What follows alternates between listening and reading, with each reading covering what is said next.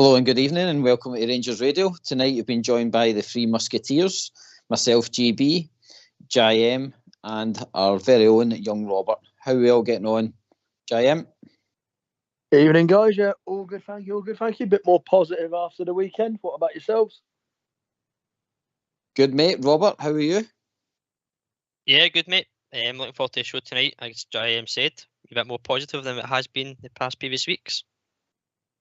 Yeah, but JM, I like how you led into that. We did have a game at the weekend there where we came out the winners of a 4-0 result. 23 shots, 9 shots on target, 53% possession, 450 passes, and a passing accuracy at 85%. Much improved. JM, mate. Yeah, definitely much more improved, although Pitch will dive into details and that a bit more. But my first thing would be picking it out, even though the possession, even though the other stats maybe don't suggest it was quite even, I think if they're 40%, 47% possession, we actually controlled a lot of that. They were having that in areas where we were obviously happy with them having the ball. So, no, good performance, controlled, looked steady. Only a couple of days to work with the full squad, so pretty happy. Robert, your thoughts, mate? Just again, it's surprising. So, how much of a turnaround it's been? Like JM says, we only 2 training sessions for the manager. It was, mate. And the thing I picked up on from the game was 10 of the starting 11 that played in the European game against Aris started that game at the weekend. So it was interesting that it was the same players, but they seemed to get a tune out of them. So, as you said, quick turnaround, 2 days with full training, and there seemed to be positivity in there, a lot of energy, and early signs are good, mate. But let's see what a full week's training brings. So, JM, what says Sima was kind of the standout player at the game at the weekend for me. Give me your general thoughts. I think last night the gang gave a good overview and delved right into it, but just kind of give me your general feeling of the first half, pluses and minuses, mate. Plus and minus. If I'm being completely honest, I don't know whether it was new manager, a bit of excitement there. I do think the first sort of 5-10 minutes or so wasn't much different to what we've seen sort of performance-wise from the players. There was an obvious change in shape. It was quite clear from the start we were going with a 4-4-2, but I don't know if it just took the players a little while to settle into it. And then obviously Hibs, with the way they play, are quite comfortable and quite happy. They obviously like to pass the ball about. I think they had a little bit of joy for the first 5 minutes or so, and then I wouldn't even describe it as a chance, but to be honest, we maybe weren't far away from going a goal down with the long throw-in. Big Suitor's gone underneath it a little bit. The ball's ricocheted and we could have found ourselves in a trickier position. But then after that, from the first half, once we got our sort of foot on the ball a little bit, and also I think the 2 midfielders, Lundstrom and Raskin, once they figured out who they needed to pick out, it was complete control from there on in from the first half. Yeah, I agree. Even when the Sima goal, the 17-minute mark going, I felt that's when we were starting to get a wee bit of kind of grip in the game. Robert, mate, your kind of general thoughts of the first half, mate? Yeah, kind of as expected, mate. It was the first 10-15 minutes, as he's alluded to, that they kind of was setting in period, just finding their feet, getting used to the position, and back playing as a squad again, and also trying to build on what they've learned in the past 2-3 days with the new manager. The goal obviously came, I think, at the right time for us. It kind of set the pace for the rest of the game and kind of kicked on from there in terms of how we kept the press high, limited Hibs to what possession they did have of the ball and where it actually was. It wasn't really in too much of danger areas. So certainly indications show that there was an improvement in terms of the press that we done, and we kept that throughout the game, and obviously we built on it, getting the extra 3 goals and a comfortable win in the end. I think one of the first things it stood out for me in the kind of first half was that how much more John Lundstrom and Raskin were involved in the game. It's been a thing, it's been a bugbearer for me where we've been watching John Lundstrom be very, very stale at the back, taking too much time on the ball, and then looking for a pass, and it's either like a lot of people have been saying the side pass and not the forward pass. the two of them at the weekend there, Raskin and John Lundstrom, driving forward, first time passes as well, which was really good to see.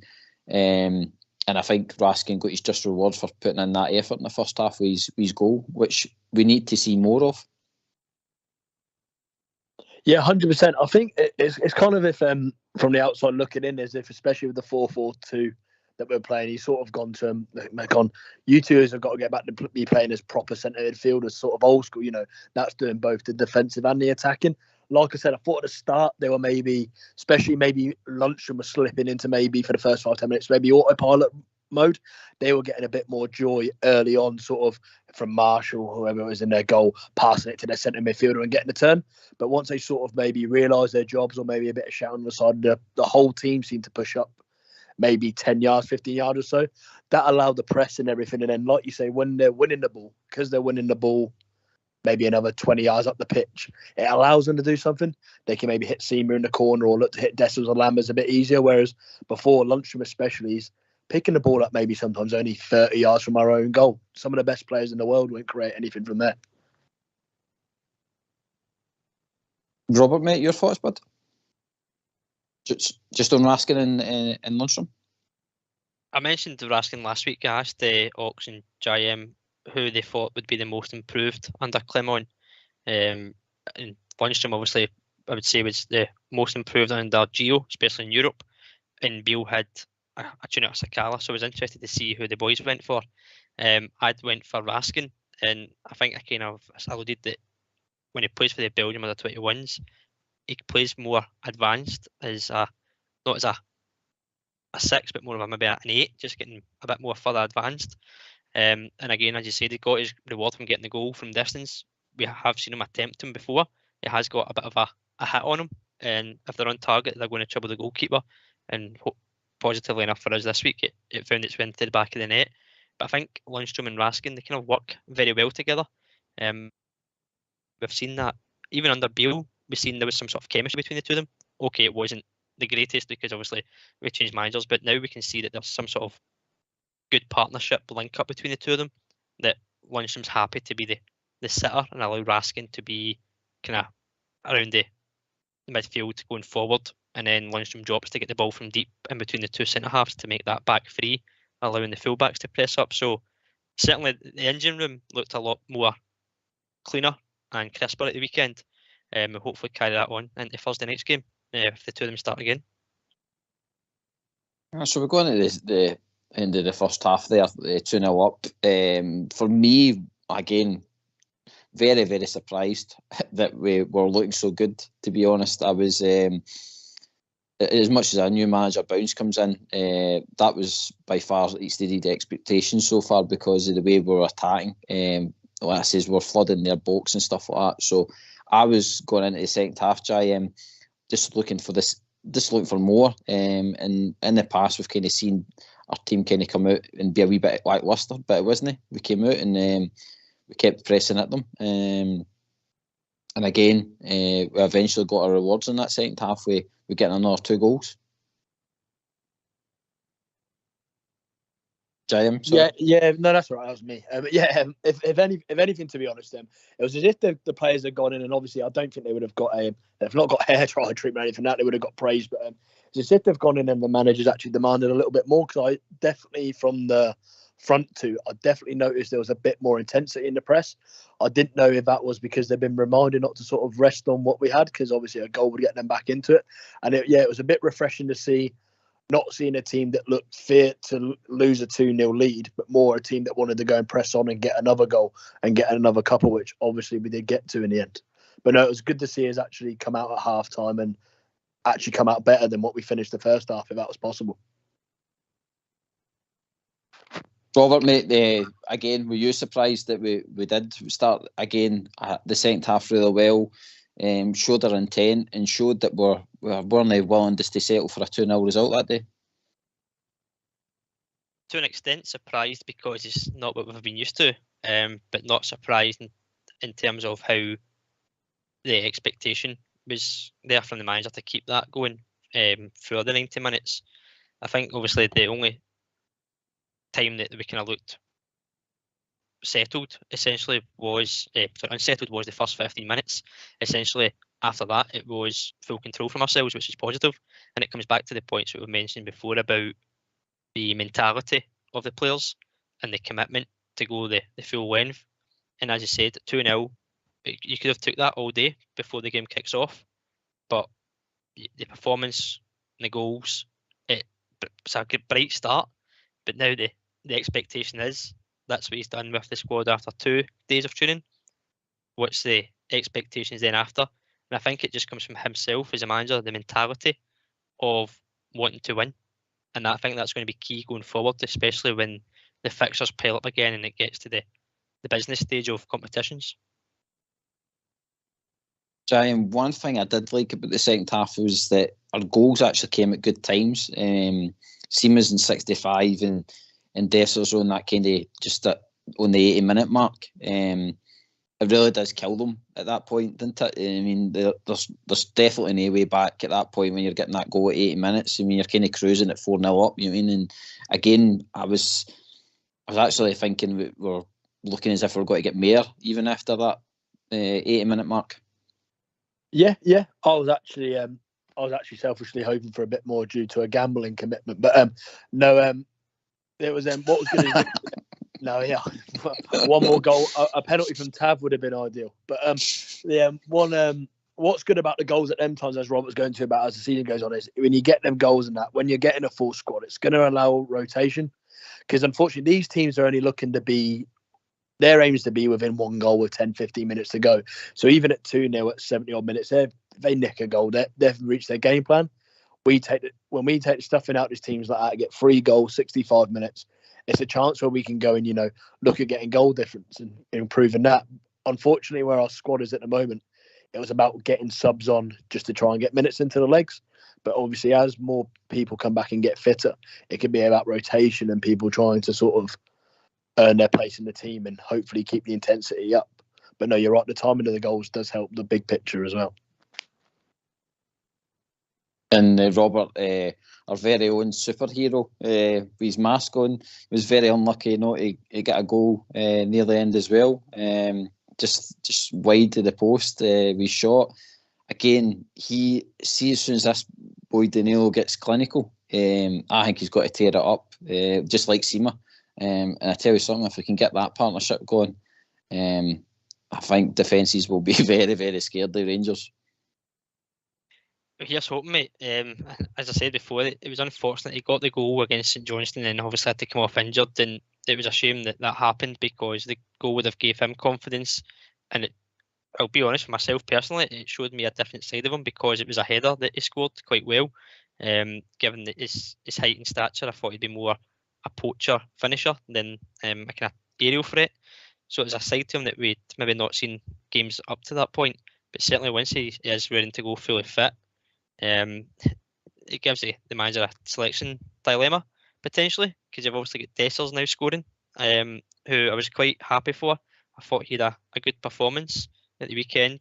There's a chance before it, his goal, which obviously Sima took advantage of, but he kept going. He didn't kind of put his head down and kind of walk around the park. He was determined to kind of get that goal, and that was the confidence. So certainly, if you get Dessers playing well, you've got Danilo coming in fully fit, you've still got Roof. You then maybe have 3 strikers where you're picking one to play with Sima, because at the minute Sima's undroppable in my opinion.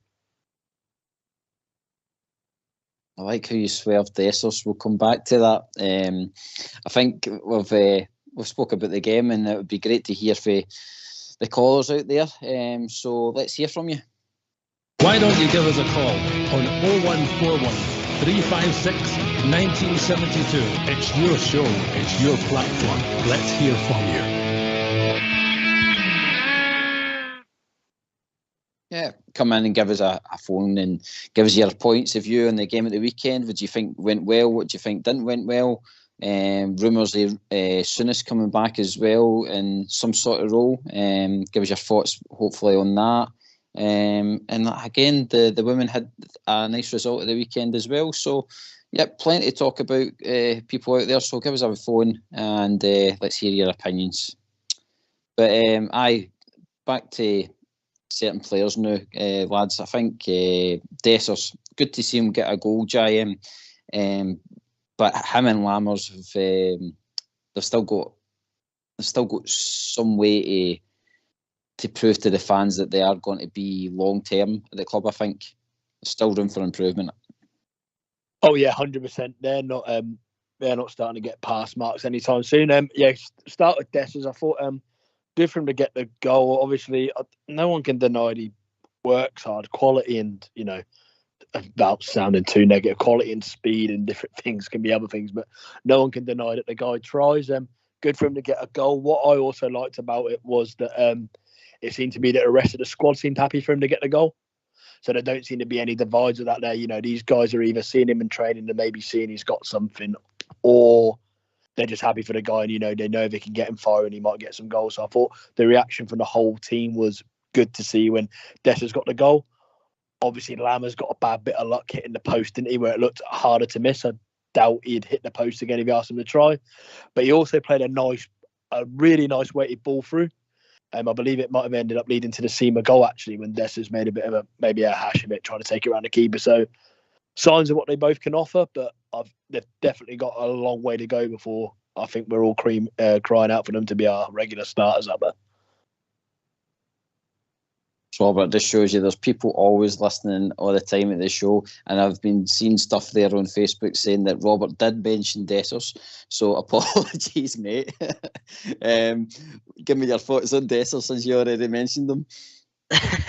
That's good to see we've got the listeners in. Let's get the phones going as well. Come in, folks, give your thoughts. No, as I said, I was pleased for him. He obviously mentioned it after the game that he was feeling it. It was under the skin a wee bit. And sometimes that's what you want from a player, to come out and say, look, I know I've not hit the ground running and I know the expectations.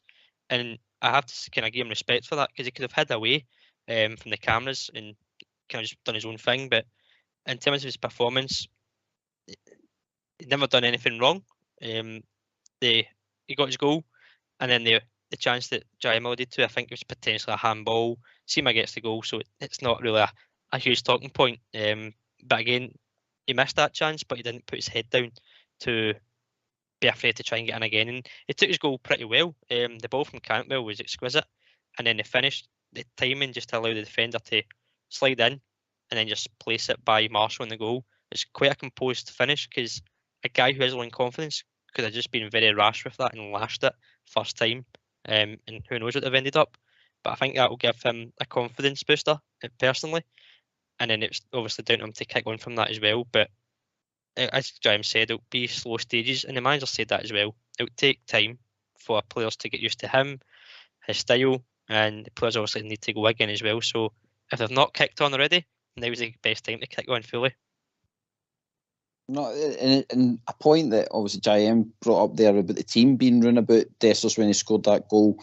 And I think I heard last night with Robert Worrell when he phoned in, he was saying it's about time there's fans we get behind the players and stuff like that. And I think, like I said, Dessers, he commented on his goal that he was placing that goal. But I still seen criticism. I seen criticism for the support, saying that he was dilly-dallying again and he was going to miss that chance that Cantwell created and stuff like that. But they need to remember that this guy is choosing to place that ball. And I think Robert last night had a point. We really do need to get behind the players to give them the confidence, because, as Jayam touched on, the players were really happy. They were really together on that goal. They knew what it meant to them. And even at the end of the game, Dessers came back on the park and was trying to soak up the kind of atmosphere. So again, I think it is. We've got to give these guys time. We've seen what's happened with Matondo a year down the line. And Dessers, again, I'm not saying he's got to be a guy that's got to be a world beater, but if he can come in and do a job for us, then that'll be good for me now. Jayam.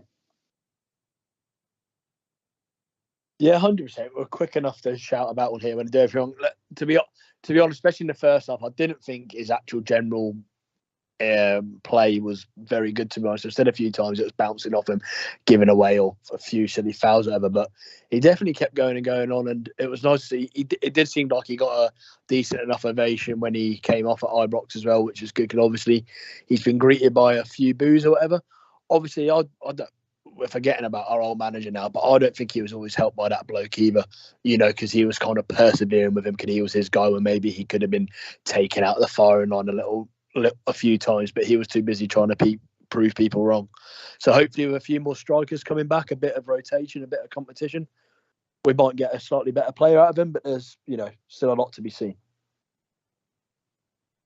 Stay there for 2 minutes, Jim. I think you actually bring up a point there. I know we don't want to touch on our manager, but why could our manager not get that performance that we seen at the weekend? Was it a tactical thing with our new manager? Or is it a confidence thing? Is he installed something, or is he gave clear instruction? Because I'm 100% sure that Beale wanted that kind of performance that we've seen at the weekend out of the players, and for some reason, for weeks on end, he just couldn't get that level. I mean, see that first time passing? That's what we've seen a lot of the time with Gerrard, and I just couldn't understand the performance at the weekend there. How these guys can just switch it back on and be so clinical. I mean, the passing was crisp, the pressing was brilliant. I mean, Scott Wright, I'm being one of his biggest critics, but he actually helped with the first goal with the header back into play for Seema. So, I mean, like, guys had really good performances at the weekend. So why couldn't our manager, our previous manager, get that kind of performance at them? Yeah, it's quite scary, isn't it, really, when you think it's the same bunch of players, it's different. Yeah, players have obviously, with the ex-manager, lost a bit of faith in what he was thinking. Whatever, plan B just seemed to be the old school, do plan A better. If players aren't believing in how you're setting up, maybe the players have been dying or asking to play 4-4-2, for example, for weeks, and they're not getting a chance. Maybe Tab and Borna, I know it ended up being Midvan, have said, you're expecting us to do, 80-yard doggies at a time up and down the pitch. We're not capable of doing it. It's not fair. Now we're being asked to, now they're being asked to sit back a little bit more in that 4-4-2 and pick their runs. Maybe they feel a bit more comfortable. There's a combination of things, isn't it? Maybe Lundstrom doesn't actually like doing all this sitting about and filling in. Maybe he wants to get forward. There's a lot of things to be suggested that maybe it was, maybe a higher percentage of the manager than the players than we think. So it'll be interesting to see if it continues. Hopefully it does. Robert, your thoughts, mate, on it? Just the whole kind of general thing of how the players were able to play that, they kind of, like I says, perfect passes, good pressing, showing loads of energy in the game as well. And like I say, Seamer are getting into attacks, flooding the box, stuff I've just hadn't seen. And like I says, I just can't get my head around how Beale obviously wanted that kind of football, but just couldn't get it out the players. And yet a manager comes in 2 training sessions and is able to get a performance like that. I think it comes down to Clement's experience and how to deliver the instructions to a team. It appeared to be more clear and concise of what he was asking.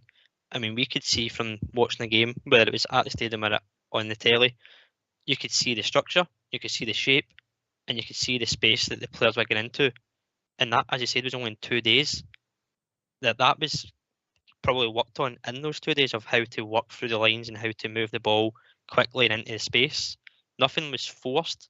It all looked neat and tidy for the majority of the game. I think it's just down to the experience that he's got and how to deliver those instructions to individuals and then as a team. And also, if you all play great as individuals, the team plays great. And obviously that's what we've seen at the weekend. Again, it wasn't the greatest performance by all means, I'm sure we'll see under Clement, but it's a great start.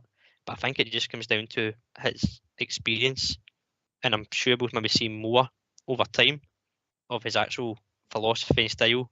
And as I said, it's only two days. I don't want to get carried away, but 2 days training session, and we could see a massive improvement of that structure and how to get the ball from Butland to Dessers, and then even out of possession, the structure and the shape of how to press and how high to press.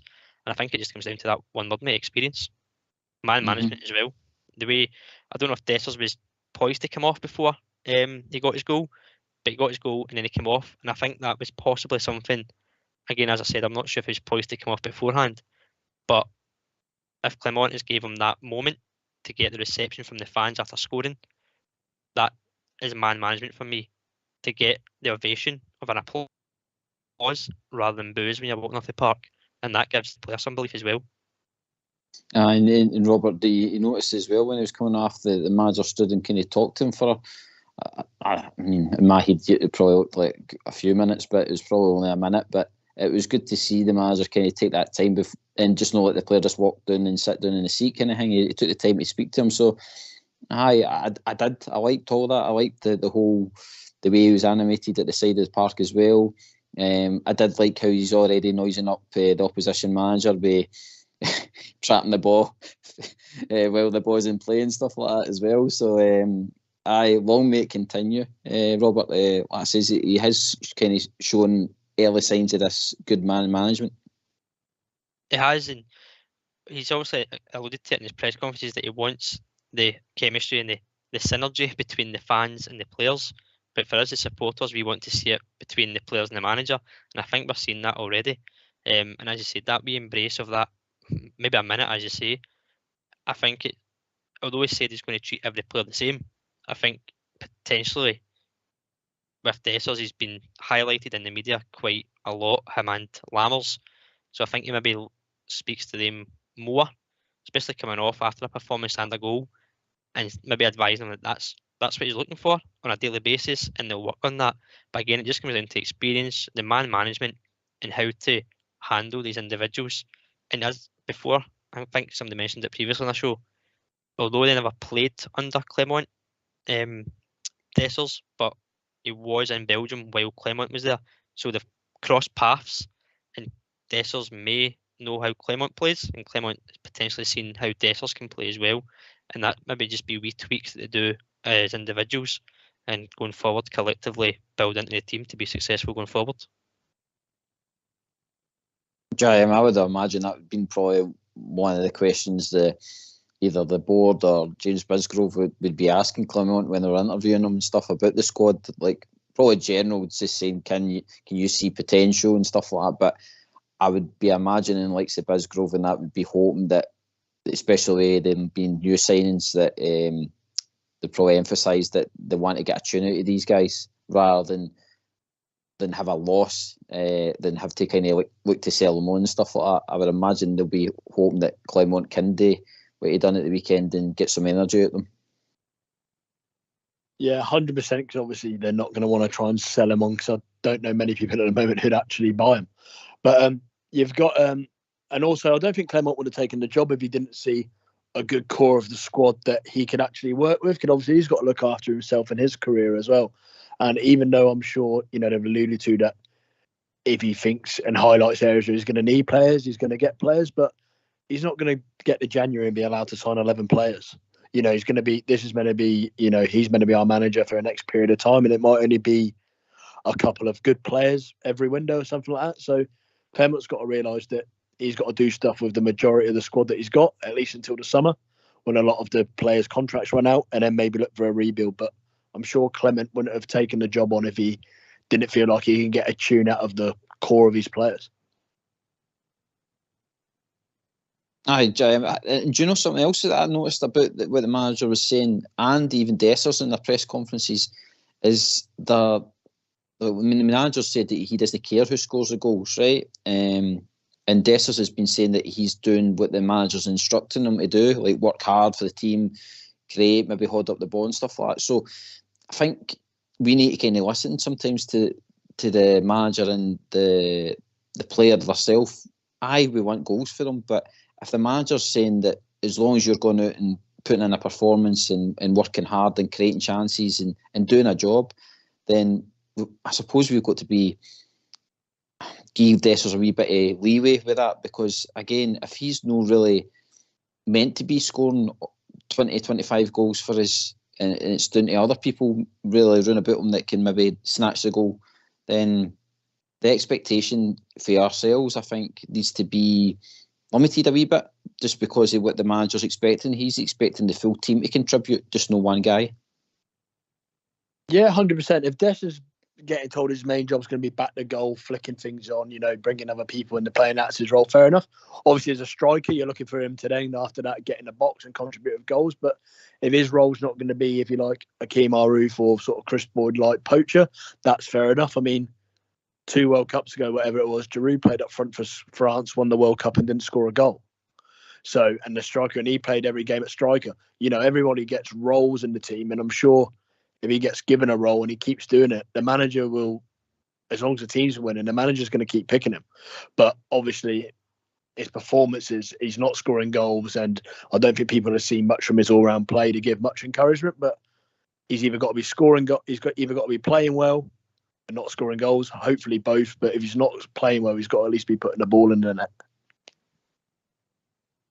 Robert, I think that's the thing, isn't it? The manager, he'll make it clear what he's expecting from the team, not individuals, because the big thing I took for his presser was that I think the fan media were trying to touch on Todd Cantwell, and rightly so, with that fantastic pass and he's displaying stuff like that. But the manager kind of just brushed it aside, really. He went back to saying, no, it's a team game, and it doesn't seem to be a manager that's going to give out plaudits easily, if you know what I mean. Oh, exactly, mate. And going back to your point about Dessers there, we've relied on individuals in the past, and they've let us down majorly at times at crucial points in the season. So at the end of the day, you've got 11 players in the park. 10 can score. In fact, to be honest, I reckon Butland could score if he wanted. But you've got 10 outfielders who can score goals. So if your striker's not doing it, you've got another 10 behind you, or 9 outfielders behind you who can put the ball in the net, whether it's a 30-yarder, a header from a corner, free kick, penalty, whatever it may be. Goals will get you points, and points will win you hopefully trophies and cups coming forward.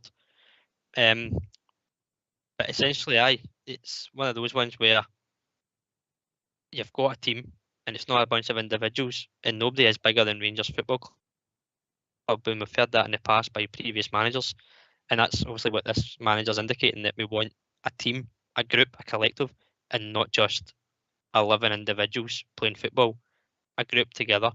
And we saw that, as you said earlier, with Dessers' goal. There was a collective moment all together to acknowledge the fact that he'd got his goal, and it was a relief for him, and the players could feel the relief coming off him from getting that goal. And that's what we want, a strong, connected group of players, but as a team, not just individuals. Well said, mate, well said. Right, it is a phone-in show. It's all about the Rangers. We talk all things Rangers, so let's hear from you. Why don't you give us a call on 0141 356 1972. It's your show, it's your platform. Let's hear from you.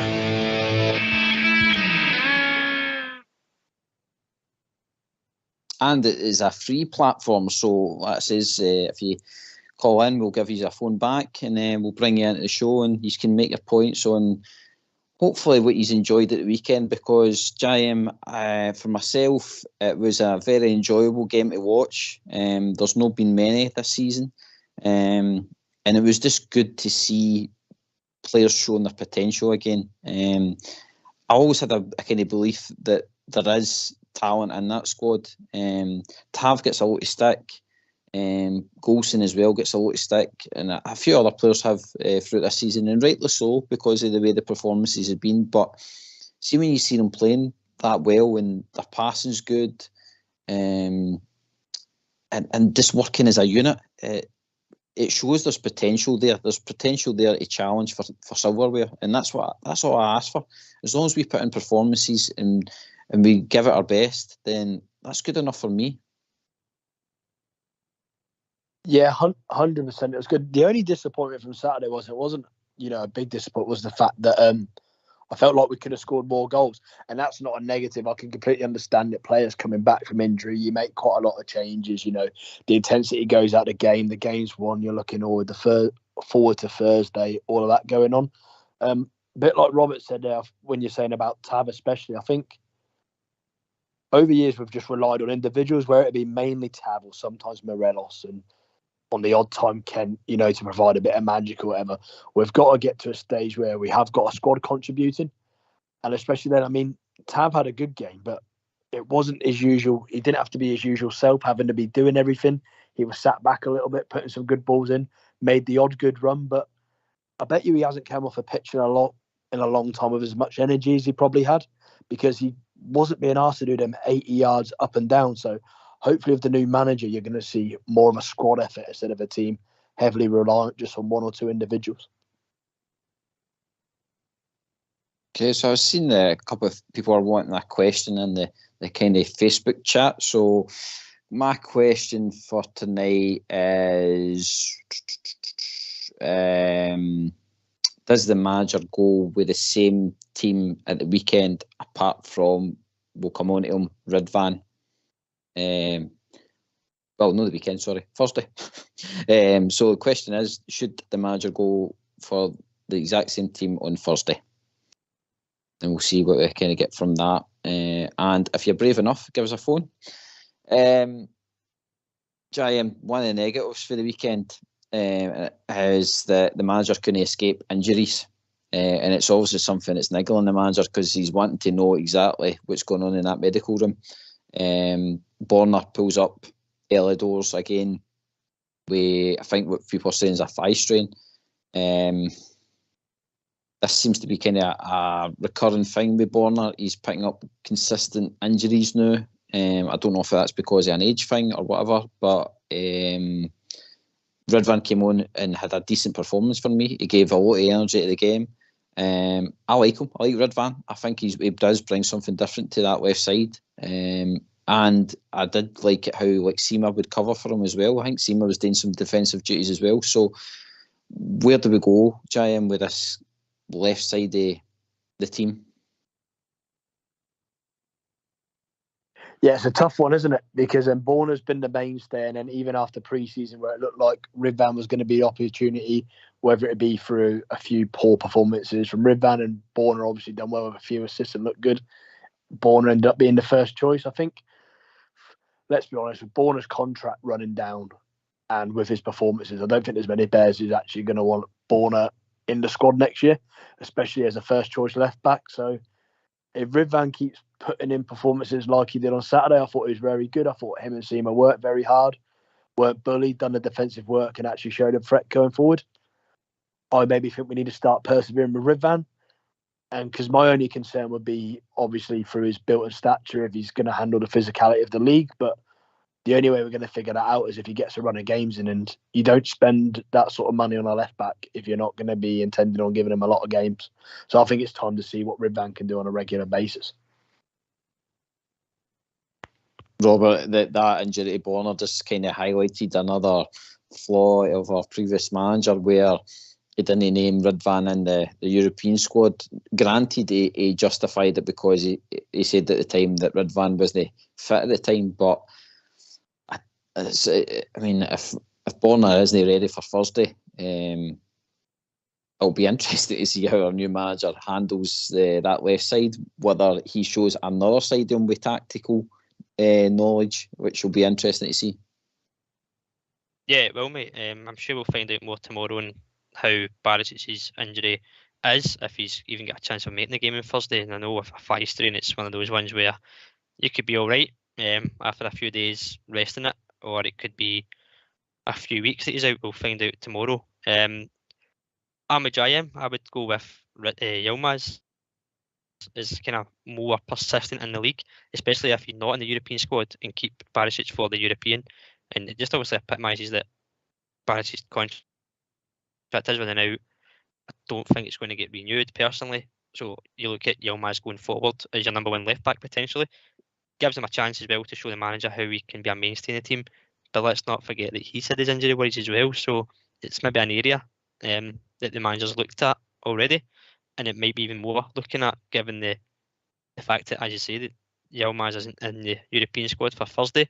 So he's got a bit of a selection dilemma of who does he play at left back? Does he even play a left back? With a tactical change and have a back three.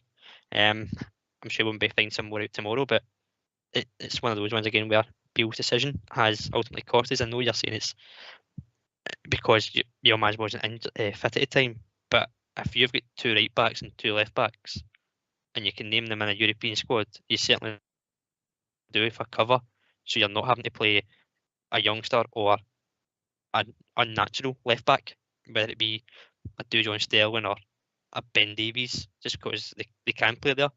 I would certainly have my 2 natural players in the European squad, and that's maybe something that Clement will consider after Christmas when we're through these European ties in the next stage.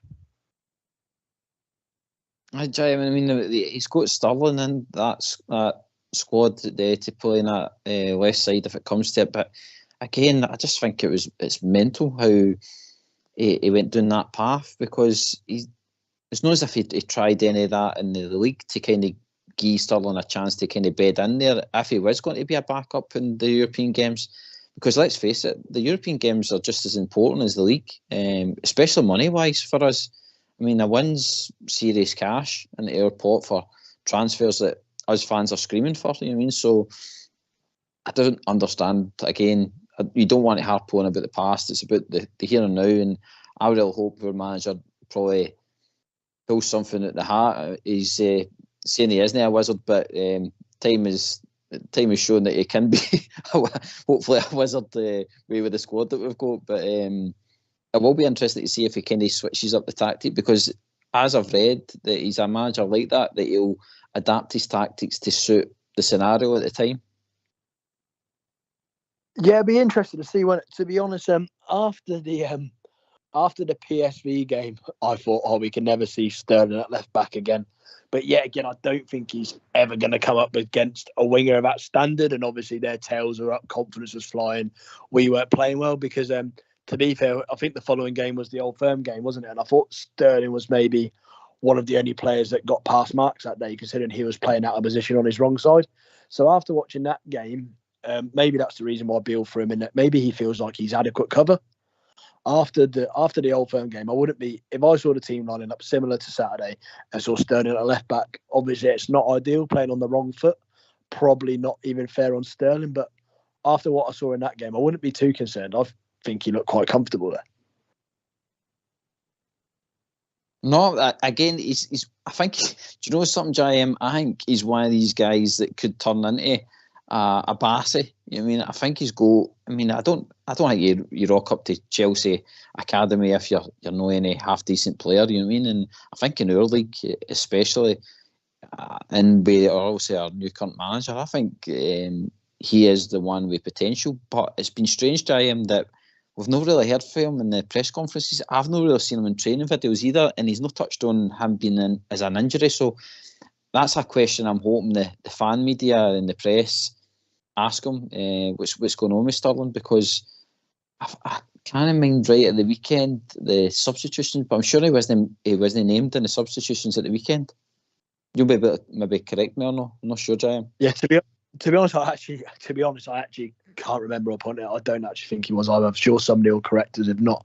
But it's just one of many questions I think we'll be wondering what Mr. Beale done when we start thinking about it and move on from it. We'll be wondering what happened, because if we're being honest, it was quite clear that we were told, and if anyone done their research, he's a completely different type of right back from Tavernier. He's more of a defensive right back, which obviously in our league we're not going to need or want, because we want to be on the front foot. And in Europe, maybe if there was the potential of looking at 5 at the back or playing Tav and Sterling on the right-hand side, that might have been an option. And with our centre-backs, unless he was looking at maybe trying to shift Golson out of the way, but I don't believe this guy, I believe his first position is right-back, he's not really going to be competition for them either. So you don't know if maybe Sterling was told, come in, try and settle down for a year and then look to replace Tavernier, because it's weird that the guys came here and has looked to quite happily sit on the bench, and he doesn't look like he's going to be pushing for a start anytime soon. I know he picked up a little injury, I think, during pre-season, but he's not really been seen. So I don't know what the sort of thought behind that signing was, whether it was just cover, but he was starting in the Championship, so I don't see why he's coming to us just to be cover. No, and Robert, I think Sterling's made it clear that he's ready to.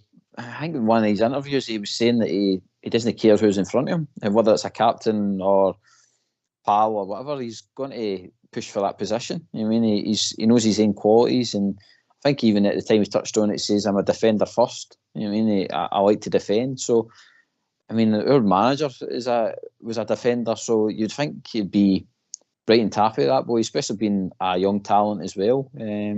So, what do you think? Do you think there's maybe an injury there that we just don't know about yet, Robert?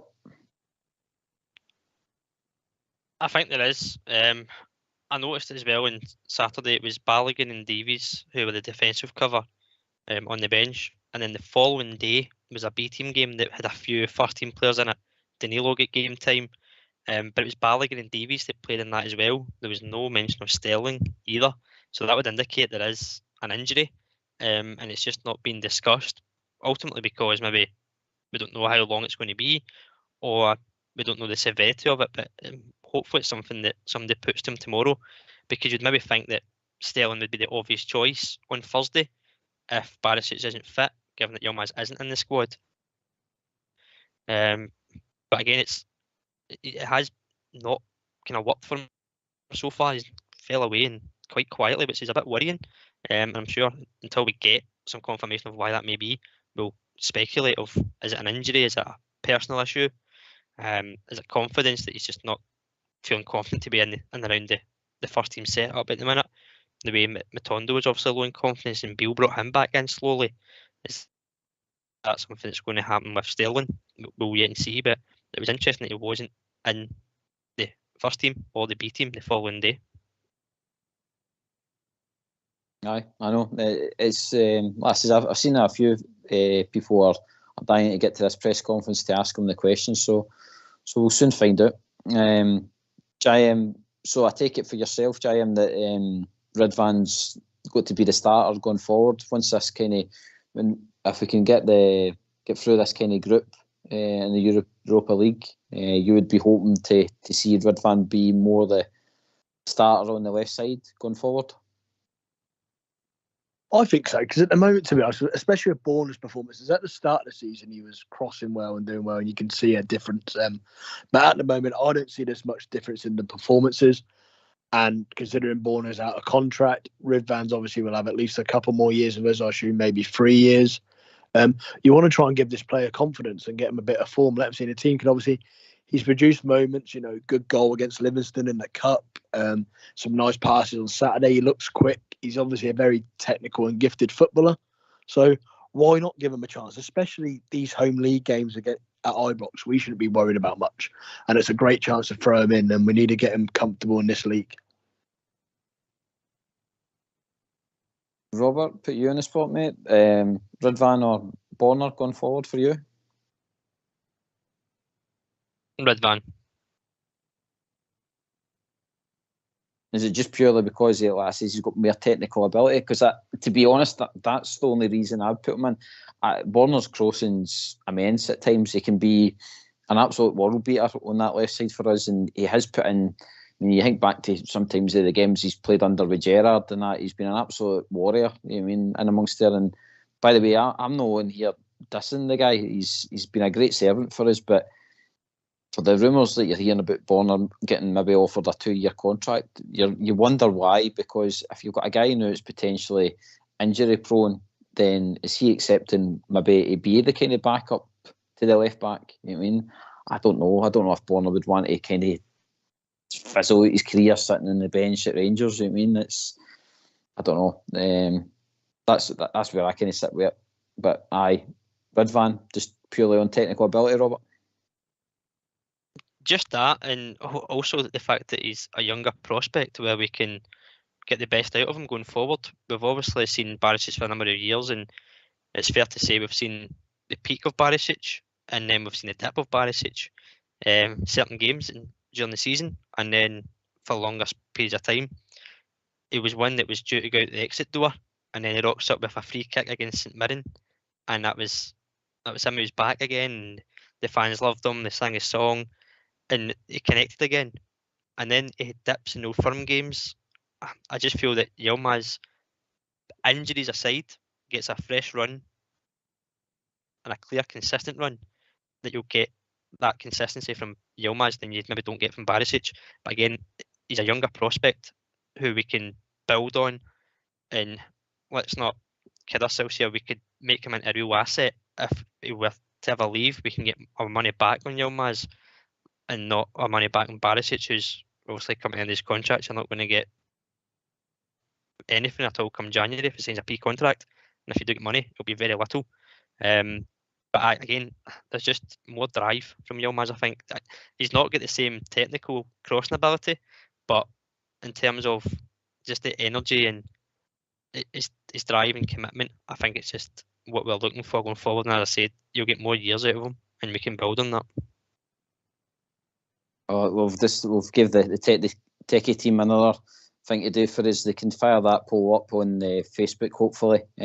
So who's your pick going forward, Facebook family? Is it going to be Borna or Ridvan?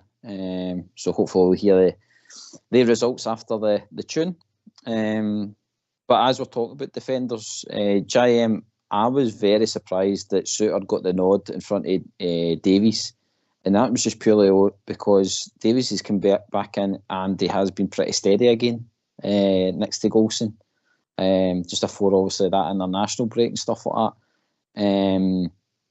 I'm wondering what Clement's seen in the training sessions to put Suter in front. There must be something, a better quality seen to give him the nod again in front of Davies, or it could be that we just don't know that maybe Davies is still carrying something. But I'm very surprised, our manager being a defender, that he's still gone with that kind of imbalance, having certain goals together. Yeah, you'd think if you like, there has to be a big difference between the two to play somebody on the wrong side of the wrong foot. I was surprised myself, to be honest. I thought Davies and Golson, obviously, bar that freak result before the break, I thought they were starting to look comfortable and build a little bit of a partnership together. And also, we were getting more of a balance, obviously, with Davies being the left footer.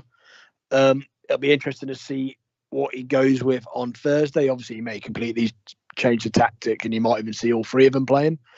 But I don't know. I mean, early on in that game, the defenders didn't really have a lot to do. But again, Suter being caught out by a long throw, that was before we really got top of the game. That could have made the game a lot more difficult for us. Just a clear long throw coming into the box, and Big Suter seems to be, I don't know, a yard or two underneath it. Then it ricochets about a bit. You've got a bit of a history for that in this season already. Away at Kilmarnock, misjudging a long throw, being caught under the ball a couple of times, being caught under the ball home at the Old Firm game in no man's land. He's made a few errors this season, maybe a few more than Davies has. So it'll be interesting to see who will be the first choice in that position going forward, because I think at the moment I'd prefer to see Davies. I agree, Jim, I do. Robert, I was really surprised that Suter got the nod. Again, got nothing against Suter. He has shown that he can be a decent player, but the manager said that he's watched all the games this season. And if you've been watching all the games this season, Suter's, I think Ox touched on it last night, the ball's sometimes the ball's gone under his foot and stuff like that. He has created a couple of clinical mistakes that have cost us goals at times. He has, but he's obviously seen something, as James said, in the videos that he's watched and in training as well. Personally, I prefer Davies being there just because of the natural left footer. It just makes sense for me to have somebody on the right side. There's no denying Suter's defensive ability. The only reason I'm thinking he may have got the nod on Saturday was who we're playing and how Hibs had up front. I think if it was a more kind of man marking, so we say, then Suter being the aerial threat and the strength over Davies, you may have seen them rotate that, and Davies should have started. But for me, I would go with Davies just being that left footer, but at the same side, Suter for me, is a more ball playing defender. So if he's wanting his team to build from the back coming out, then Suter looks more comfortable doing that than Davies. It is fair to say that he's had some mistakes, but which player hasn't this season, let's be honest. And I think maybe it's just the personnel that Hibs had that day and how they set up is probably why Suter get the nod. And again, it's a position that might be changed again come Thursday. We'll maybe see I would even consider myself personally that Davies goes at left back on Thursday, and it's Suitland Golson in the middle. If obviously Barris just doesn't get fit for Thursday, so it will be interesting to see if he does bring Davies back into the fold or if he sticks with Suter as well. And nobody really asked him on why he'd picked Suter ahead of Davies as well, post-match or pre-match. It just seemed to be one of those ones where the manager's made a decision to play another centre-half, and that was it. Did you say, Robert, that Davies got a run out on the Sunday as well? Yes, he got 45 minutes for the B team, along with Balogun. So it's safe to say it was definitely tactical then. Obviously, me and Jamie may be thinking maybe a little knock as well, but it's definitely been a tactical and a pick decision because he's gone and played on the Sunday as well. Yeah, he played the first half. I don't know if he played as a centre half or the left back. The B team did have quite a few defenders in. The Devine, Fraser, King, Balogun and Davies. So not exactly sure the formation is set up where Davies played, but he certainly got minutes in the legs. So it didn't appear to be an injury, or if it was, it could have been a tester game to see how he got through that, or if he's came back with an injury, and they've just kind of played that 45 minutes to get some inners in his legs. But no, it certainly didn't appear to be something that ruled him out. I think if he did have an injury, again, it poses the question of why was he named on the bench and maybe not Sterling. It comes back to that question again. Yeah, good point. Not on the bench if you can't come on if you've got someone else fit. Oh,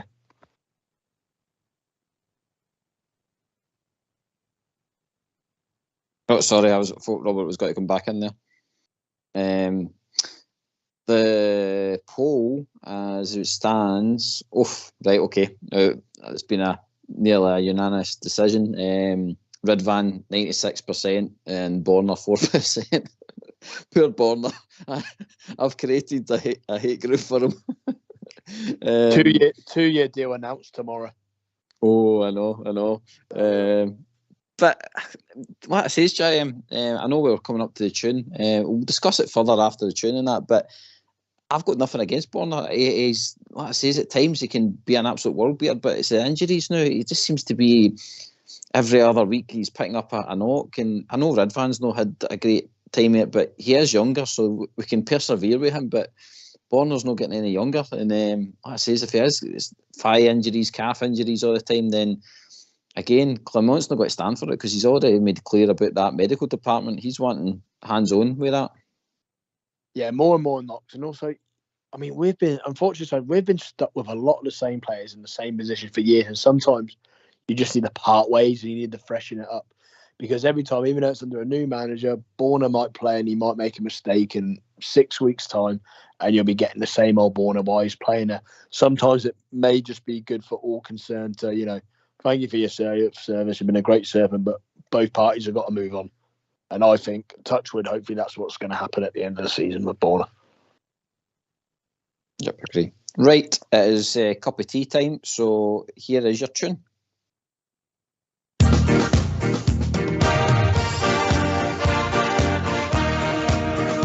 As we go marching down the Paisley Road, the west, the doors and the windows open wide.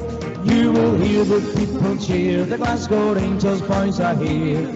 It's Glasgow Rangers for me. Blue is the colour, football is the game. We're all together, Glasgow Rangers is our name. For we are the best team in all Scotland, and Glasgow Rangers is our name. So bring on the Celtic, your Hibs and Aberdeen, your Dundee United, we're the best you've ever seen. We play hand on heart, God save the Queen. It's Glasgow Rangers for me. As we go marching down the Paisley Road west, the doors and the windows open wide. You will hear the people cheer, the Glasgow Rangers boys are here. It's Glasgow Rangers for me. Blue is the colour, football is the game. We're all together, Glasgow Rangers is our name. For we are the best team in all Scotland, and Glasgow Rangers is our name. So bring on the Celtic, your Hibs and Aberdeen, your Dundee United, we're the best you've ever seen. We play hand on heart, God save the Queen. It's Glasgow Rangers for me. It's Glasgow Rangers for me. It's Glasgow Rangers for me.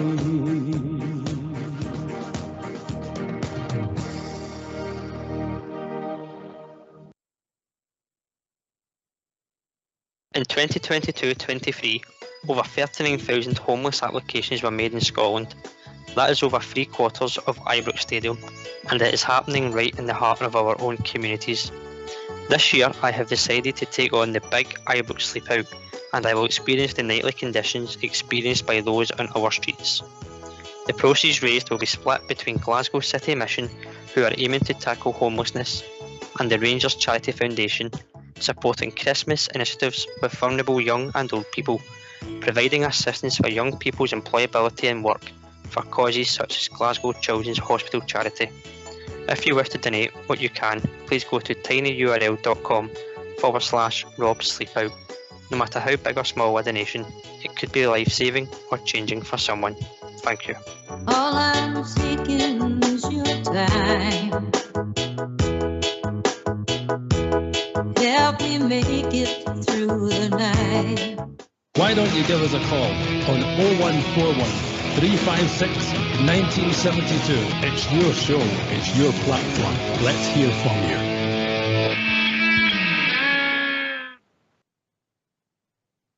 Right, so we all back, lads? All back. Yep. All refreshed. Robert, it's good to hear your wee plug there for the charity and that, and what you're going to be doing soon enough. How's it going, mate? How's it looking for your total that you're trying to raise and stuff? That's going well, mate. I'm over the target I originally set on the Just Giving page, so I appreciate everyone that has donated so far. Although it was a small target, let's try and get it up a bit more if we can. And as the advert says, donate what you can. Anything small could be big and life-changing for someone. I'm sure we're all familiar or know someone that may be affected by homelessness, and that could be through something that they've not had a choice in, things like mental health, things like that. So certainly looking forward to it. Get 3 weekends to go, and then I'm out in the cold. Oh, that's it, Bears. You've heard from Robert there. Like I says, let's get that record smashed that Robert set there. It's like I says, anything, even a small donation is going to help this charity. And like I says, that we are a free platform. We don't ask for much from our listeners or callers. So like I says, when it comes down to the charity stuff, just let's back our own here. So get on to the I think it's PayPal, Robert. Sorry. You can do it through, or is it Just Giving? Just Giving, sorry. Just Giving. Right. So if you get on to Just Giving, like I say, a wee small donation. The amount of people that does tune into the show, if you sort of just donate something small, like I says, it will help in a big way. And that goes on to Last Bear Standing as well. We had 3 competitors at the weekend. Our very own Fox was still involved, and luckily he scraped through because of a postponement. So hello. It rolls on to next week. Hello, who's that? It's David. Davey, how you doing, mate? It's JB here with JM and young Robert. How you doing tonight, mate? No bad, buddy. Yourself? Mate, fantastic. Had a good weekend with the Rangers. Double whammy. Rangers women won, and that's it. And the young B team was just unlucky at the weekend as well. So much to be positive about, mate. What was your thoughts about the weekend? Aye, great. Aye, well, I'm an Airdrie boy, so it was good to see the lassies winning up here in Airdrie as well against them at the weekend. So did you manage to go, Davey? No, mate. My knee's been knackered for the last couple of weeks, so I've been in my bed. So unfortunately not. But I do watch them when I can. Aye. Well, it's better to watch it in the telly anyway. It's too cold out there now. That's the dodgy fire fixer for, isn't it? Aye, that's it, mate. That's it. So, happy with the first team, mate. Big Clement came in there and smashed it with his first game. Oh, no two ways about it, pal. Aye, no two ways about it. I think he's actually brought a fresh impetus to the whole team, to be honest with you. You look at players there that are different from what you've seen under Beale, so fantastic.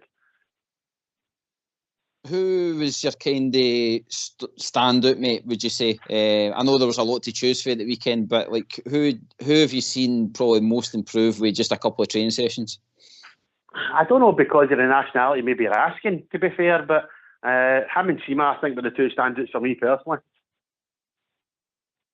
Aye, JM, it's a player we've sadly not talked too much about, is young Sima. He's been a breath of fresh air, JM. At the weekend there, gets another 2 goals for Rangers. Yeah, 100% agree there. Raskin and Sima were definitely the standouts and the constants throughout. Sima, I think Sima's been great all season in a poor team.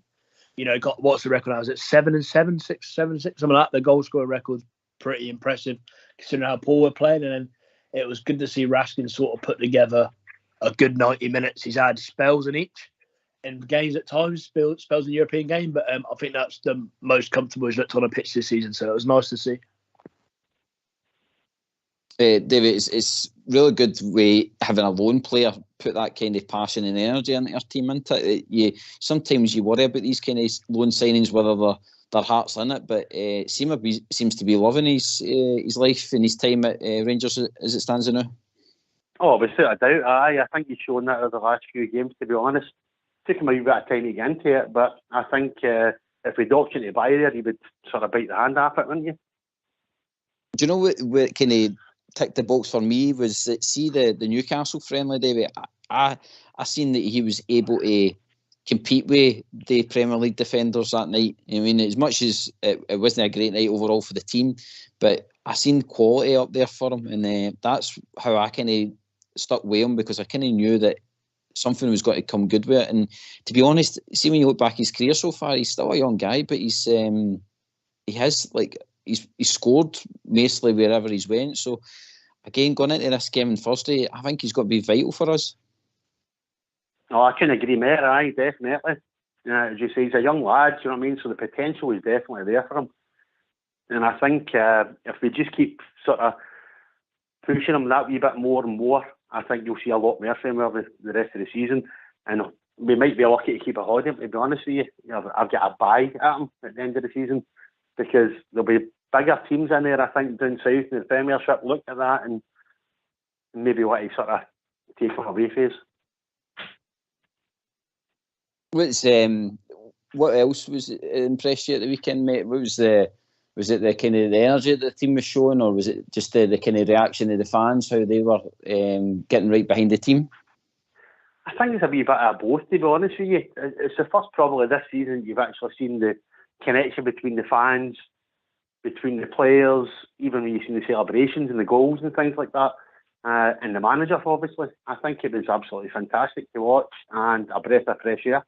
And it's what we've all been looking for a long, long time. Obviously, everybody was shouting for Beale to come in and get the job, and he was the brains behind the Gerrard era, but obviously never worked out that way for us. So I think you've got a proven winner in the manager that we've got now, and it can only go one way as far as I'm concerned.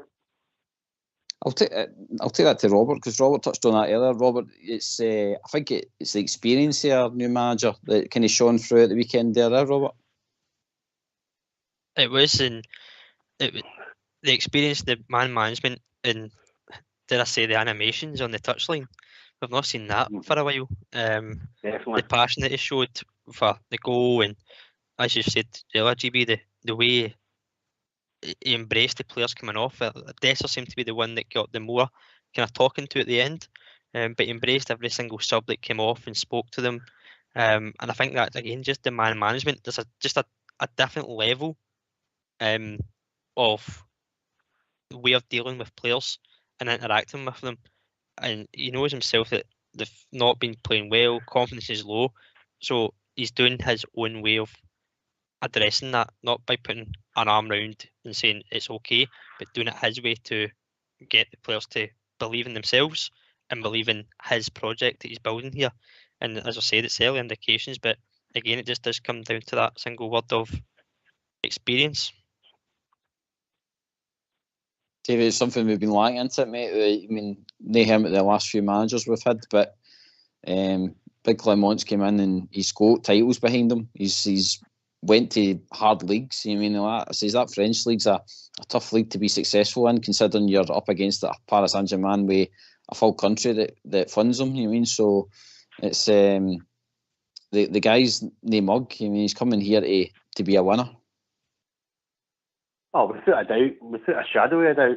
You look at it with what's that, 2 training sessions he's had with the guys, and that performance, the change in performance and the step up in levels that you've seen was just remarkable, and that's only a couple of sessions. I'm really looking forward to Thursday, actually, to be honest with you. I feel really confident that we'll take a good performance and a good result away from home against a fair team, to be fair. David, just before he came on, we were talking about the defence, like how that's going to shape up if Bonner doesn't make it. Could you see that the manager kind of changing the tactic to go on like a free at the back with, like, say, Golson, Suter and Davies? Well, I looked at the poll that was on the internet earlier on, and I actually went for Bridvan on the left-hand side, but obviously he can't play on Thursday night. So I probably would say I think the back would be good. Davis, know that I don't rate him, but I think, if you're looking at a back four, Suter would be there before him in my eyes. But in a 3, with your sort of struggling with injuries, with Borner and stuff like that, I think you would need to play him there, without a doubt. So, I think go for it. Go for a 3 at the back, and let's take you 3 points. Jim, that's it. I mean, firstly, we've got to be attacking. I think. What says there's 3 points there to be won. The group's wide open now, especially with how we performed in the last game. So it's important, Jim, that we get the tactics right, and I think we have got a tactical manager there that can adapt to a different situation if he's not got the players there.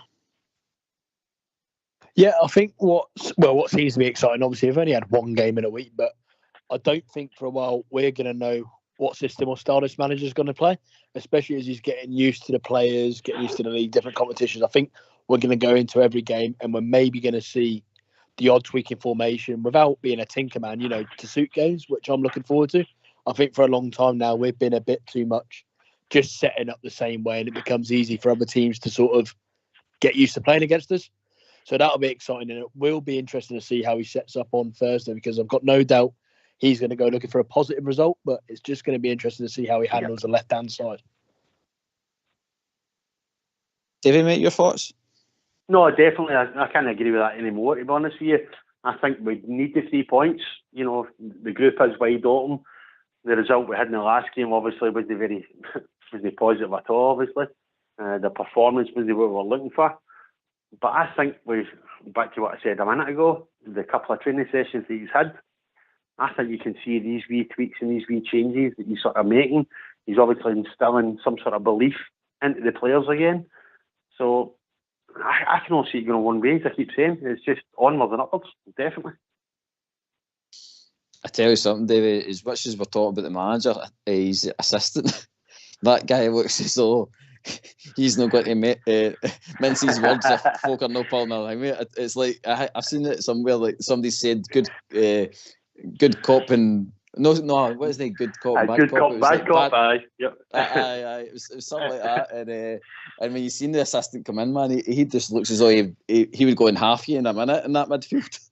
Well, you wouldn't be saying nothing, would you? You'd be sort of running through brick walls for that boy. Well, I think that's what we kind of seen at the weekend there. I think that boy, for what I've seen in his interview, he's a motivator, but I think he'll tell you straight if you're on pulling your weight. Oh, definitely. And I think, obviously, I think it's a good combination. Obviously, they've worked together before, and you've got a defender there, a former defender, former midfielder. So, all we need to get somebody in to score the goals now. You talk about the midfielder. In fact, I'll take that to Robert. Robert, the assistant, is a midfielder, and what did we see at the weekend there? our midfield playing attacking football. I mean, Right. John Lundstrom and Raskin looked like two new players in that team driving forward. I mean, I don't think I've seen Lundstrom go that far forward since Seville. I mean, so thoughts on that, Robert? It's what you want to see, mate. It's the engine room. It's where it all happens. Do you know what I mean? So, for me, I picked up on it when Clement was announced that it was important to me that he was a defender, and it's arguably our weakest area, our most vulnerable area.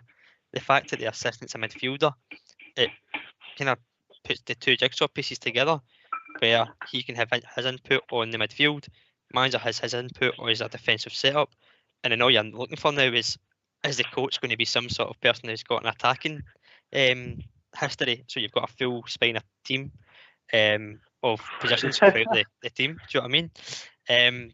But no, it certainly doesn't look like he's going to shy away from anything as well.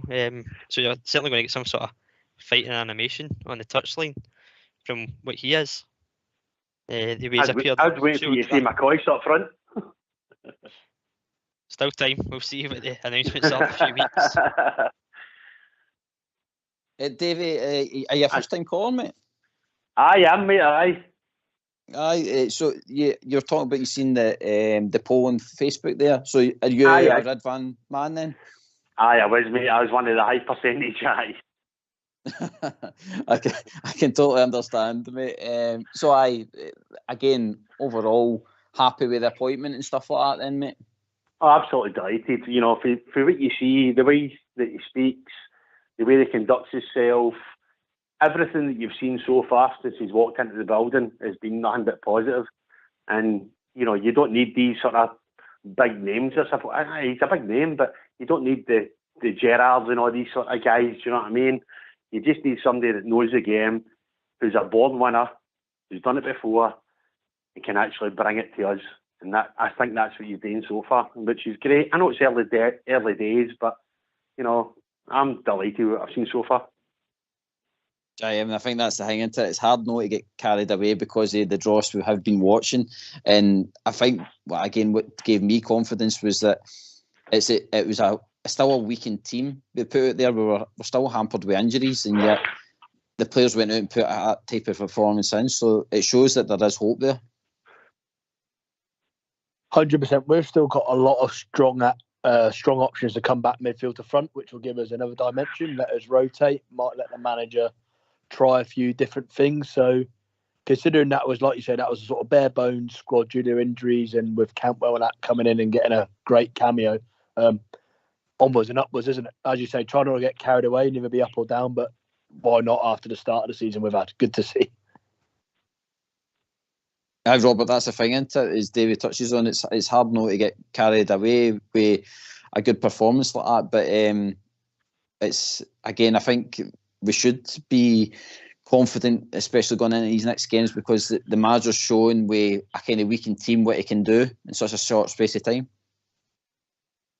No, you're right, mate. It is easier to get carried away. I'm sure we're all guilty of that. Even with the old manager with Beale, when we got a 2-2 draw with PSV, and we thought that was the start of that. So it's obviously sceptical not to get too far ahead of ourselves, but given the way we've felt lately, the performances, it's certainly, we've got the right to feel positive about going forward. We can see a difference in a short space of time. And that goes back to, again, his history as a manager. He took over Genk in 10th place and managed to get them up to 5th by the end of the season. But he turned around them very quickly of how they played as well. And that was probably a squad size similar to what we have. So he's getting results based on who he has to work with. And as I said before, a previous show, this is a phase for him now to see the players here. And then who is going to be him in January. I'll just cut across you, Robert. Tam, can you put the show off in the background, bud? Right, not a problem. I'm trying to do so. Cheers for that, buddy. Right, there you go. Welcome, mate. You've got Davey in the call, JM, young Robert, and myself, GB. How's things, mate? Brand new. How's you going, boys? Hope you're all keeping fine, doing well. No, it's just like a feel-good factor. Being an old supporter, I've been there since their 9 in a row and our 9 in a row. Right, I've seen the ups and downs, and I'm happy for our young supporters now. They're actually seeing a performance like that on Saturday. Right, a team that I've witnessed a few times in my past. Right, I've been there, the ups and downs, and I seem to take it more casual than norm. And as I say, I'm highly delighted for the young supporters that's come to our stadium and watching a performance like that. We're deciding what you say. And the other thing is, you're talking about this man, Clement. I done a wee bit of digging from him. That guy's a fighter. Right? They keep on about how he speaks 5 languages. That'll do us a world of good because it's man-to-man management we never had. So he'll not be looking for interpreters to tell him the right, the wrong, what to do that. He'll do it himself. And I think we're on their way up. No, Davey, you're bang on about the feel-good factor, and I'll take that to Davey. Davey, the manager has brought a feel-good factor just with that one game, and I think he's proven with his social media side of things. He's shown that he likes to be fit and training hard, and that he tries to install that into his team as well, if you mean. So like I says, if he's able to pass that on to your team, it's only going to make them, as he states, better athletes. Oh, without a doubt. I mean, you can see that for, as you say, social media. Even before he came and signed, the bits in the plane, sitting watching. He's watched every game and everything else. He's just sort of a perfectionist. He seems to be a perfectionist in everything he wants to do. He keeps talking about wanting to be the best in every department, and I don't see any reason why he can't do that, because we've got a good squad. We just need to actually bring it out them. Simple. JM, I think even when you look at Clement's social media and we're arriving at Ibrox and stuff like that, it looked like something out of like a Liam Neeson film with taking. It was that done that well, and again, it just showed his kind of presence that he's got to bring to Ibrox. Yeah, I mean, I don't know if he obviously might have somebody managing that already, but even his posts are very professional, very spot on, as you say, makes himself look the business, which I like to see. Previous manager posting where he's eating his curries, there's a bit of a difference. But we'll see. Hopefully the way he carries himself, and like you say, the feel-good factor, no, it's good. Everything so far with this Clement, he's positive. His interviews are great, talking about sort of the mentality as well as the actual play, making them better athletes mentally. So, that was only 2 days with half a squad training. Give him a few months and see what we were dealing with. Robert, do you suspect that Clement might try and bring in, I mean, he's touched on that he's going to be looking for that third person to join his team. Do you think that he's going to bring in somebody similar to his kind of mindset, or do you think as he's touched on, he'll look for somebody Scottish or somebody that's been a previous player? To me, I've got a sneaky suspicion it's going to be Thomas Buffel, because he did mention in that first press conference that Buffel's coming to watch a couple of the games. I mean, if you can get somebody that ticks all those boxes as one person, then it'd be ideal, wouldn't it? Knows the Scottish game, knows Clement, knows Rangers, then by all means, it's a great start. Buffel, I'm not sure. I think he did mention that he may not be one that is part of the kind of setup. But again, things change, and is that just a decoy to keep things quiet? Personally, I think he'll bring in somebody that knows him and his kind of management as a number 3, and then we might see a 4th come in as that kind of link to Scottish football, Rangers, whatever it may be. But let's not forget, he did say that he's going to give the guys like Alex Ray and Steve Davis that kind of chance to work together to see if they are able to be part of the setup. He has said there's ones at the club already with the qualities that he looks for. Didn't name anybody. So it'll be interesting to see, obviously, in the coming weeks how that transpires and who it is that does come in as part of that setup. And I don't think it's going to be that long that we're waiting. It maybe be another week or two that everything's in place, and then you've obviously got the talk about director of football, Graham Souness. It's all taking shape off the park, and we've seen it take shape on the park at the weekend. So certainly positive, feel good factor. It's right to be there. But I just think we'll see some more movement in terms of staff members in the coming weeks. But I think there'll be two coming in that I think will be known to him and one known to Scottish football. Tam, you brought up the feel-good factor. Did Todd Cantwell add to that feel-good factor when he came on and showed his class and had Hibernian players trying to tear his shirt and shorts off him? Well, I know they wanted to the jumper before the game finished. Aye, that boy is something else, isn't he? You see, you build a team Aruna likes him. I mean, you're talking about him and Big Seamer, right? My biggest fear is we'll not be able to hold on to any two of them. They're going to be priced right out of the market. I mean, unfortunately, Seamer's only a loan, but I don't think we're going to be able to afford him.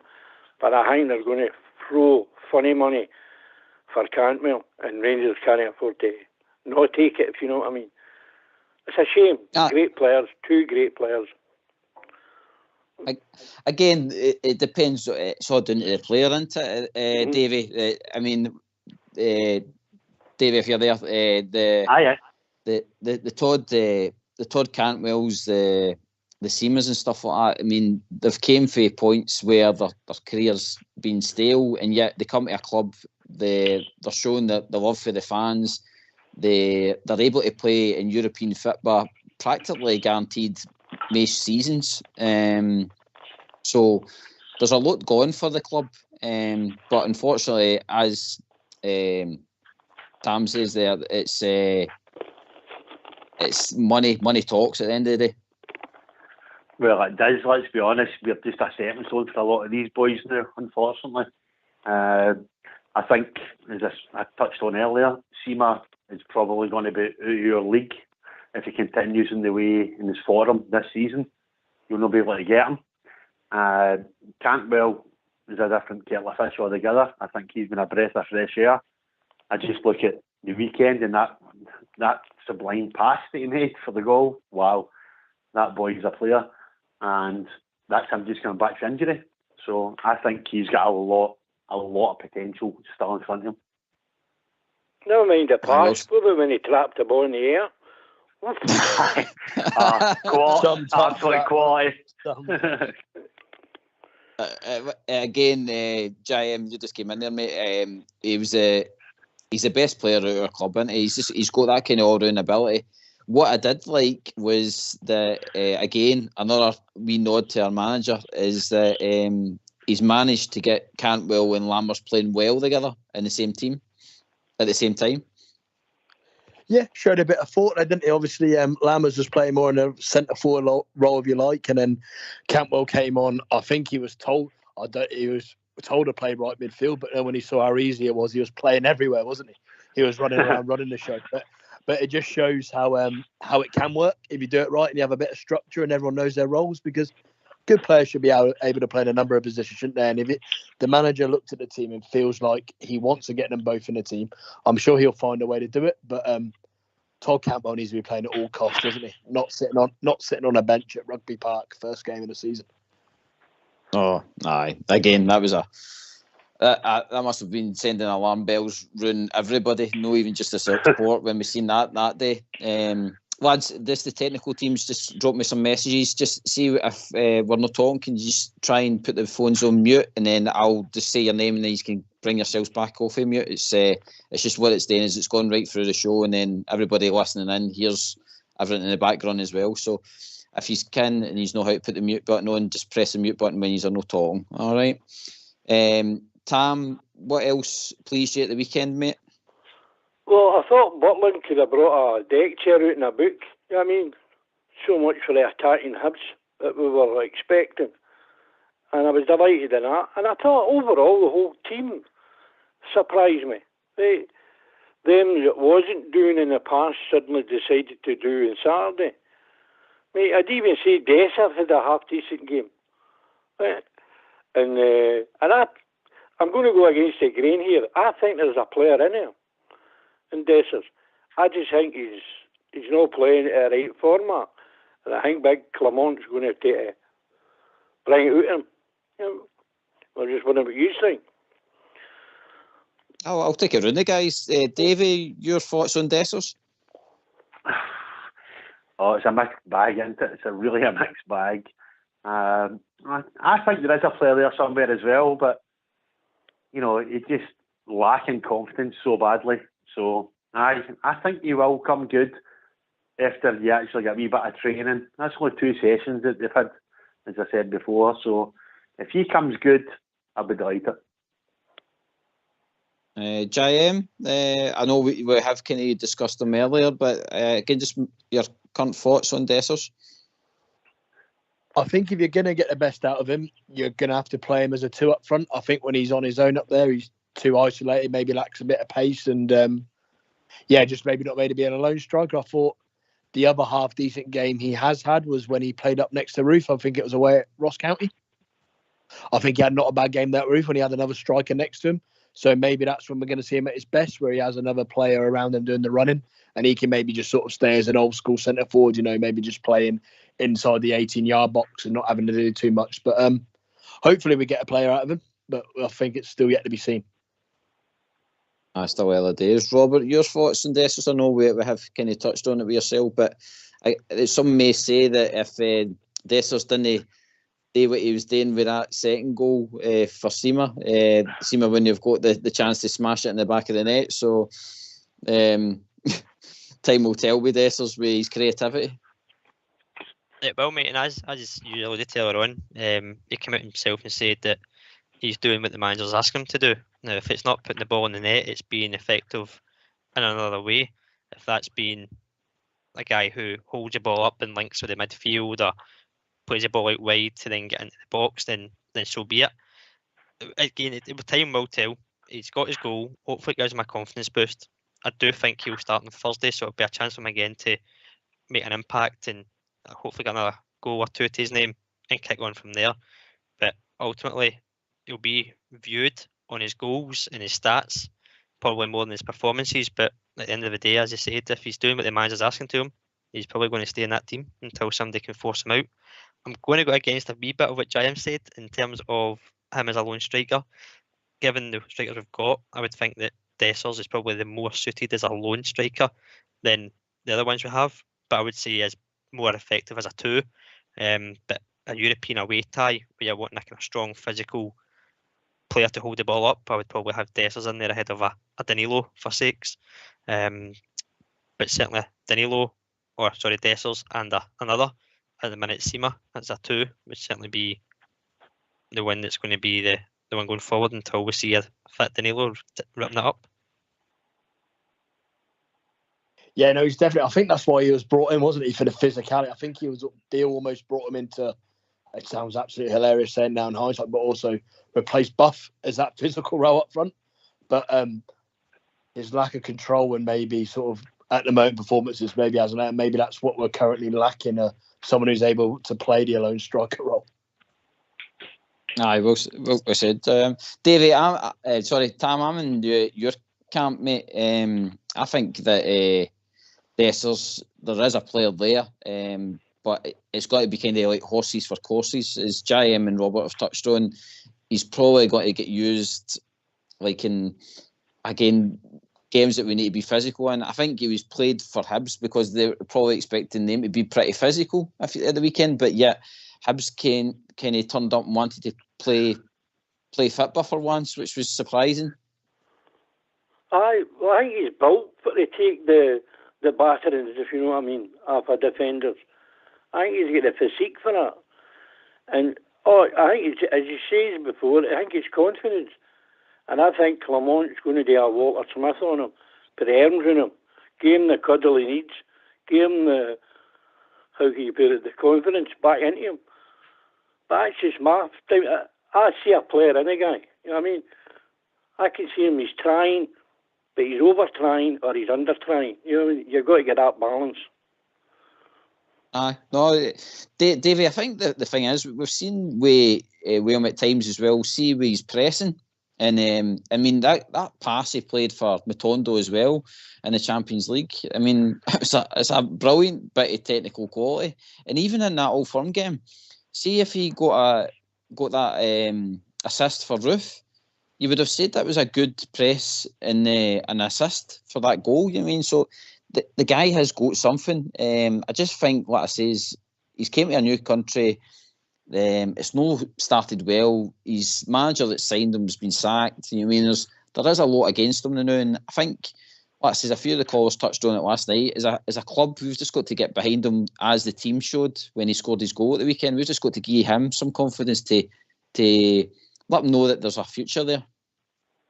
Oh, without a doubt. As you said earlier, and I did say, the sort of when he scored that goal, everybody to a man who's been about him, you know, so they know he's lacking in that confidence. He knows he's lacking that confidence, he said it himself. But as I said before, he is a player. There's a player there somewhere. But it's just a case of dragging it out bit by bit. And I think Big Clement's the man to do it. Davey, another guy at the weekend that did kind of show signs of quality, and again, it's just got to, I think, be time with this guy is Lammers. I mean, some of his technical play again is good, but how he missed that own goal, Davey, is beyond me. It's a Van Tell me, will we? Oh, without a doubt, man, that's the worst ever. I think, just about. I don't know. The jury's still out for me and him. To be fair, there is a couple of bits of exceptional quality you see, but it has to be far, far more. But I don't know, again, it might be a confidence thing. He's been played out of position before with Beale. There's so many things that he has to actually work on now to get the squad and the team playing in the right formations that he wants to play. Tam, I think that's the thing, isn't it? We're back to the start again with all these players. It's obviously a new manager's came in, so we're technically back to a clean slate. We're having to wait now to see how Lammers adjusts to these new tactics, how Dessers adjusts to these new tactics. So, again, it's all down to time and, again, confidence. I think if we keep winning, then hopefully we'll start to see the qualities shine through them rather than the inconsistencies shine through them. But it's not only Dessers is at fault at our club. We say in confidence. You're asking boys to come into a Scottish league. They're trying to play European style football in a Scottish style kind of game, and it doesn't work. It never works. It's never worked for us. We needed something like two teams: a European team and a domestic team. And you're trying to shoehorn European players into a domestic setup. It takes time. It takes skill, and we've got that in Big Clement and his sidekick. Aye, no, I agree, mate. Agree. Robert, your thoughts, mate? Ultimately, if you get 3 or 4 good games out of Lammers and Dessers from here on in, you're not going to really focus on how they've been prior to Clement coming in. You're going to say, he's got them playing well in these 4 games, and that's it. That's the benchmark for them now to kick on. And under him, that's their slate, that's their expectation, that's their level. And I'm sure they don't want to look back at their performances under Beale. They'll want to focus on these positive games. There is certainly time to come ahead of both of them. For Dessers and Lammers, I like Lammers. I think he's got a very good kind of technical ability. He looks like a neat, tidy player. It's just, again, getting that out of him on a more consistent basis. But again, I think it all comes down to confidence in the players, and that's when it goes back again to Clement's experience in man management of them. It just seems to be in this big circle. But unfortunately for us previously, it was broken, whereas now it seems to be repairing itself, and hopefully it sticks with that. JM, I think that's the thing we've got between now and January for these players to show their quality. I think even the manager's touched on that he's got to wait and see who's all in, basically, come the January transfer window. Yeah, it might be. These guys might look forward to a clean slate with the new manager because they'll be aware themselves that they haven't started very well. I think Tam makes a good point, especially bringing in these European players. I think a lot of players always seem to underestimate the tempo of the Scottish League, especially when you're going away to these small pitches and it's 100 mile an hour. Even though you can be told about it, I don't think you really believe it until you start playing. and how it's kind of a cup final every time, and that I don't think they realise mentally and physically how that can take it out of you. But they've had a bit of time to see it now. They've got a new manager that seems to be a lot more up for it. So hopefully we'll start to see some improvement from these guys. Davey, mate, just your final thoughts, bud. It's just we're going to bring in other callers as well, mate. Aye, no bother at all. I think for what I've seen so far, I'm impressed for the short period of time that he's been here. Only a couple of sessions with the boys. So, he's done very well. And I think I'm looking forward to a good season. Maybe the points difference that he's actually come in with, we might not overcome it, but I'm optimistic that we can. Brilliant, Davey. No, mate, I appreciate you phoning in tonight. Great points, and like I says, be pleased to phone in again, mate, because you've, like I says, you contributed well tonight to the show, mate. So much appreciated. No bother, pal. All the best. I'll see you soon, guys. All the best. Cheers, guys. Take care, mate. See ya. Brilliant call there, JM and Robert. Boy, done well. First time caller. Yeah, great to have more colours. The more we have, the less we have to talk about. People don't want to listen to us all the time. It's good to get people's opinions. That's very true. I think we've been joined with Baloo. Are you there, mate? I'm here, pal. How you doing? Very well, mate. Again, another good weekend for Rangers. What's your thoughts, bud? Yes, obviously very happy with the manager made and how he fit into the new appetite in it. But that's what you get a new manager. That's roughly what you see. It's not really like that. And the boys are suddenly realised when they try and impress somebody else. So I wasn't greatly surprised, but I was pleased. I thought it was the performance overall. The reason I was calling is I've not called. Yes, I think we should get to say, and I was always never stopped. A couple of people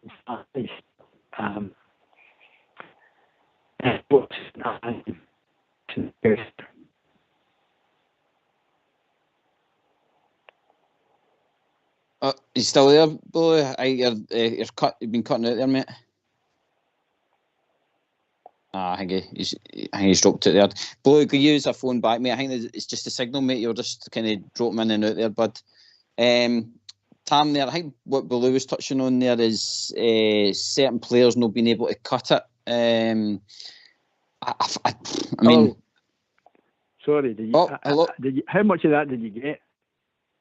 No, a lot, to be fair. I think you're talking about players that are not going to cut it or something like that, Blue. That's, not necessarily are they going to cut it. I just think that there's guys that, that are there that I think pretty good game and maybe it's because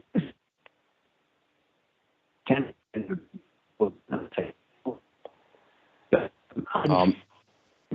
see how the manager responds to some of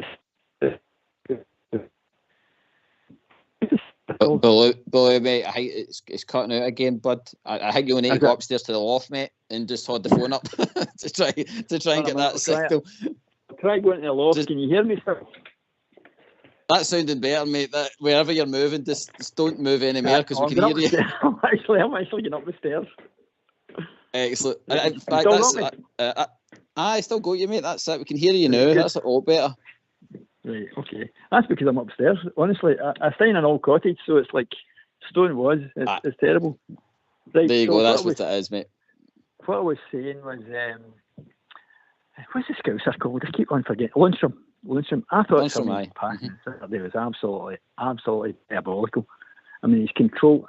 I mean, I know everybody's saying he was further up with partner and the rest of it, but his passing was dreadful. I mean, absolutely dreadful. Anyway, that's my opinion. That's what I saw. My brother and I sat and watched the game and we talked about it and said, nah, terrible. And also, a couple of times, big bomb scare, number 6, big Goldson.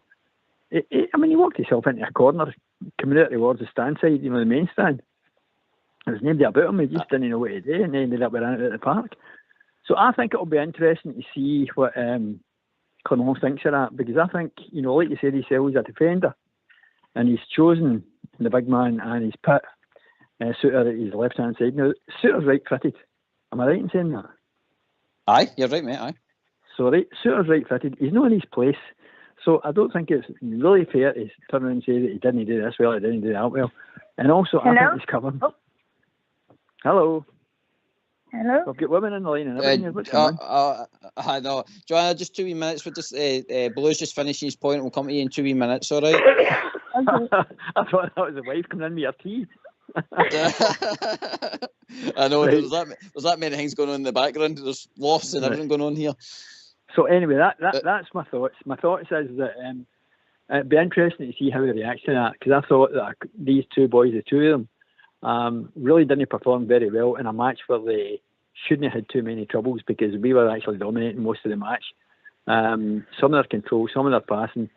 I mean, I know the big man can ping long balls, big number 6 can ping long balls and all that, but I can ping long balls. I'm 67. Do you know what I mean? It's like, it's not that complicated. But I think he'll be a bit alarmed when he saw the quality and the composure. I don't think he's got the composure required. There's a story I'd love to tell you, but I don't think I'll get the time for it tonight. But there's a story that, happened to me last year. I met a guy, and it was really, really interesting. A top professional football player, and a long conversation with him. Anyway, I think we're out of time tonight. We know what's the time. Well, we've got about 15 minutes to go, mate. So, I mean, by all means, we'd love to hear it. So, the boys are back on tomorrow night as well. So, phone in early, mate, and keys I'll phone back tomorrow night. I'll do that. But what we'll do, though, Anyway. I will take your points round about Lundstrom. I'll take him first to JM. JM, as we've seen at the weekend, we've gave plaudits and stuff like that, but there was moments in the game, I've got to admit that, there was moments in the game where it wasn't as crisp, and I think even the manager in his presser, I don't know if it was a fan meter that said to him, and he says, oh, that's quite a big word to use for that game, you know what I mean? So even the manager knows it wasn't an all-round performance. JM, your thoughts, mate? Yeah, 100% agree with that, to be fair. Obviously, there's nowhere near the finished article. We'll go on to that maybe another time, but I think it's more frightening that we've been left through our transfers wherever, that we've been left with John, if you like, apart from Raskin, who's a young lad, we've been left with just John Lundstrom and Ryan Jack, who's constantly injured, as our main midfielders. So I do think if we are going to improve, that's something Clement will probably look at in January, because I think John Lundstrom all season, just due by default, has been getting games with injuries and lack of squad depth, and he's had plenty of time, and the quality's not been there all season, to be honest. So that's something that's going to have to be improved, because we can't keep carrying that in the middle of the park. No. Well said. I'll just cut across these boys because we have got a lady in the call, and it's Joanne. How are we doing? Hi, guys. Thank you for taking my call. No hassle at all. What's your points for tonight? So, saying about the improvement thing, it's good that he mentioned that, because I think we've been mentioned Raskin passes for the last, 4 Rangers radio shows. I seen the last time I saw Raskin play, and I thought the same thing about his passes. So I think that's another thing he could probably improve. And I also heard about Dessers' comments that you all made, and I feel like Dessers is a very intimidating player, I would say. So I think he's been held back, kind of, because he's very aggressive, or that's the way he comes across anyway in the game. So I think it's a dangerous player we have in Dessers, and I think that's probably why he's been hold back a little bit. And Lammers as well is like, I feel like Lammers is not as dangerous, but he's maybe probably a little bit more tactical, but his finishing is like probably lacking a little bit. But I don't think Lammers is a bad player. And I remember in pre-season how we were complaining so much about Sima, and now Sima is scoring like nobody can stop him. It's crazy. It's funny because it's like if he's getting any instructions and stuff, he's probably not listening to them, and he's just scoring, and it's funny to see it. But that goal that he made, that kick was very good. It reminded me of the kick that Cifuentes did in preseason as well. So I just hope to see all these players back fit 100%, including Canwell, especially Canwell, because that catch that he made there, it was just like, that is like proper football. So it was funny to see that, and just seeing Canwell back 100% fit, seeing Fuentes 100% fit, Danilo. I don't think we ever gonna see Roof 100% fit again, but my best wishes. Well, I think if our manager's got anything to say about it, it looks like he's got to be tearing up that medical team if they don't get players back in that pitch with the looks at it.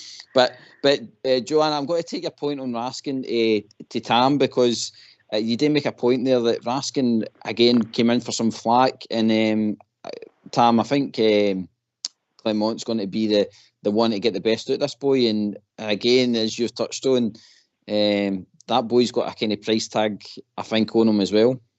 Aye. Well, you seen it on Saturday. The amount of ground that boy covered off the ball as well as on the ball was unbelievable. A lot of people seem to forget that. The positions he ran into, the positions he created, right, for other players to play, that's a mark of a good player. And I think we've got a cracker in Raskin. And that's how I always threw my heart in this, my name in the hat for him for captain, for the next captain. I don't know what the rest of the panel think. I'll take it round, everybody. JM, your thoughts, mate? I don't think we have many potential captains currently in the squad due to age and difference in quality, but I never know. Maybe a touch young. It'd be interesting to see, but maybe to make an easier decision when Clement makes a few signings. But at the moment, I'd maybe say a little bit young. Robert, mate, your thoughts on it? I can see the logic in it. Probably just going with the Belgian nationalities.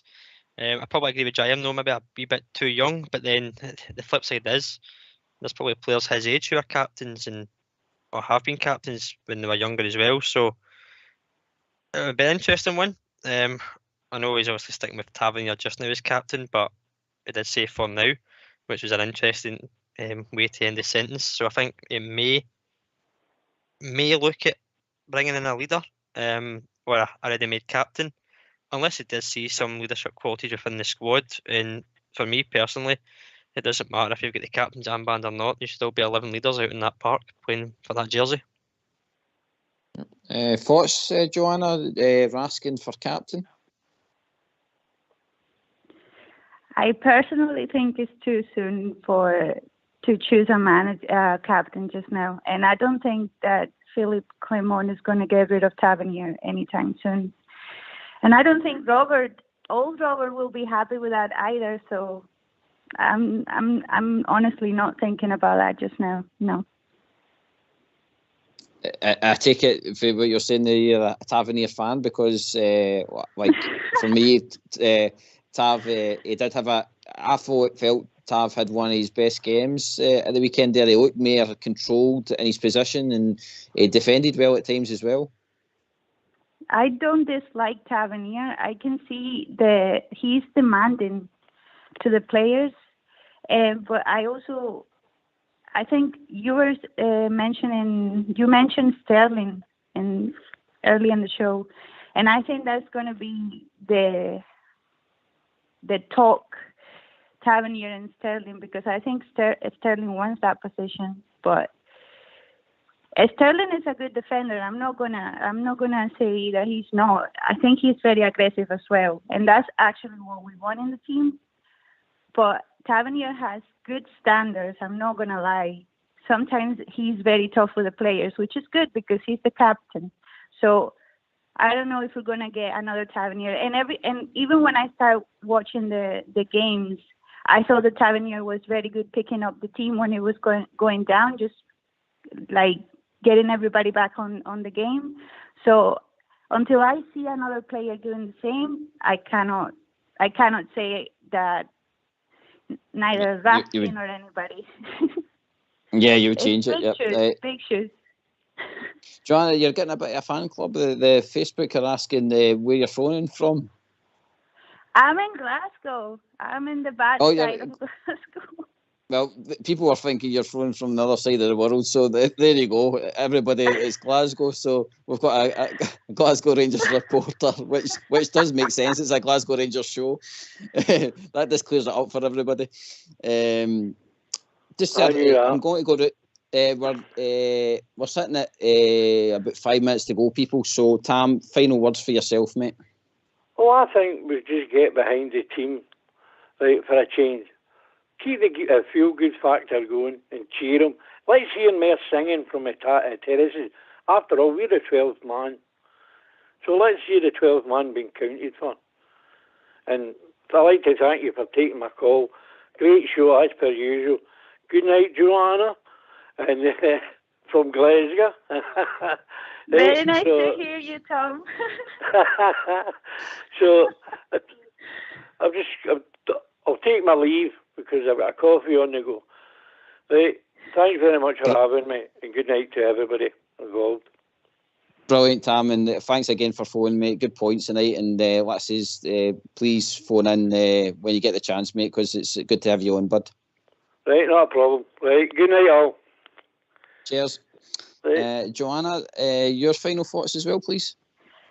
Just thank you for taking my call, and I hope that AJ makes some money, and I'm sorry that it wasn't more than 4 goals. well said. And again, thanks to yourself. You've been one of the new callers calling the show. So again, phone in earlier and make your points, because again, they're all valid.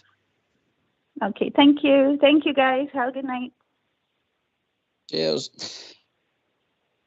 Robert, your final thoughts, bud. Good show tonight, mate, with yourself and JM as always.